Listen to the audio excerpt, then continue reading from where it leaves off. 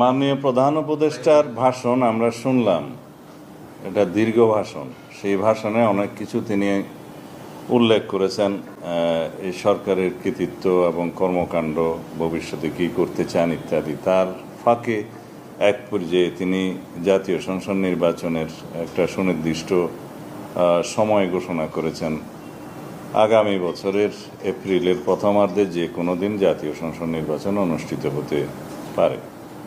এই বিষয়ে আমাদের প্রতিক্রিয়া হচ্ছে যে জাতির প্রত্যাশা পূরণ হয়নি।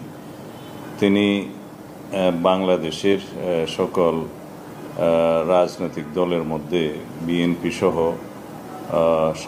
আমাদের সমমনা এবং যুগপৎ আন্দোলনে যারা শরিক ছিলেন তারা সহ গণতান্ত্রিক রাজনৈতিক শক্তিসমূহের অধিকাংশ দল, 50-এরও অধিক দল ডিসেম্বরের মধ্যেই নির্বাচনের দাবি জানিয়ে আসছিলেন দীর্ঘদিন থেকে। আমরা যৌক্তিকভাবে ডিসেম্বরের ভিতরেই নির্বাচন অনুষ্ঠানের জন্য আমাদের বক্তব্য সবসময় উপস্থাপন করেছি, যুক্তি সহকারে এবং বিভিন্ন কারণ দেখিয়ে। কিন্তু তিনি সেই বিষয়টি আমলে না নিয়ে এমন একটি সময়ে নির্বাচনের সময় ঘোষণা করেছেন, যেই সময় বলতে গেলে বাংলাদেশের একটা সময় পাবলিক পরীক্ষা থাকে এবং আবহাওয়া সঠিক থাকে না। আর আমাদের জানা মতে ফেব্রুয়ারির 16, 17 অথবা 18 তারিখের দিকে পবিত্র রমজান মাস শুরু হবে। সেই সময় থেকে এক মাস রমজানের সময় এবং ঈদের পরে সেটা সমাপ্ত হবে মার্চের শেষ সপ্তাহে অথবা তার কয়দিন আগে।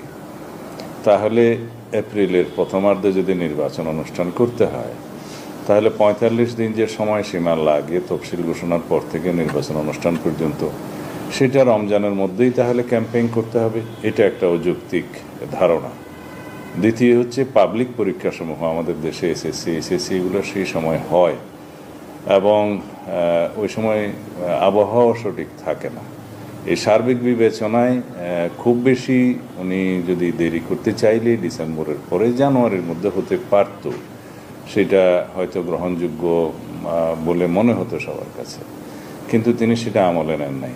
উপরন্তু আরও একটি বিষয় আছে, এই আবহাওয়ার বিষয়, পাবলিক পরীক্ষার বিষয়, রমজানের বিষয়, এগুলো বাদ দিলেও একটা সরকার তার দায়িত্ব নেওয়ার পরে 1 মাসের ভিতরে তো জাতীয় বাজেট প্রণয়ন করতে পারে না। আর আমাদের অনেক বেশি প্রতিশ্রুতি আছে। অনেক বেশি বিষয় বিবেচনায় নিয়ে আমরা বলেছিলাম আমাদের দলের পক্ষ থেকে এবং আমাদের সাথে যারা যুগপৎ আন্দোলনে শরিক ছিলেন, ফ্যাসিবাদ বিরোধী গণতান্ত্রিক আন্দোলনে সমমনা দল, এর বাইরেও অনেক দলের পক্ষ থেকে তারা এই প্রস্তাব দিয়েছিলেন যে ডিসেম্বরের ভিতরেই নির্বাচন অনুষ্ঠান করা সম্ভব। এবং আমরা এই মুহূর্তে আমাদের দলের উচ্চ পর্যায়ে আমাদের স্ট্যান্ডিং কমিটিতে আলোচনা করে বাকি প্রতিক্রিয়া জানানো হবে আমাদের পক্ষ থেকে।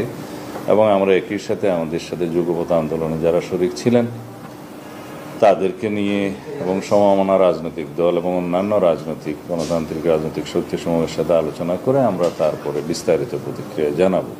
তবে মুদ্রা কথাই বলতে পারি, আমাদের এবং জাতির প্রত্যাশা পূর্ণ হয়নি এই ভাষণে। ধন্যবাদ।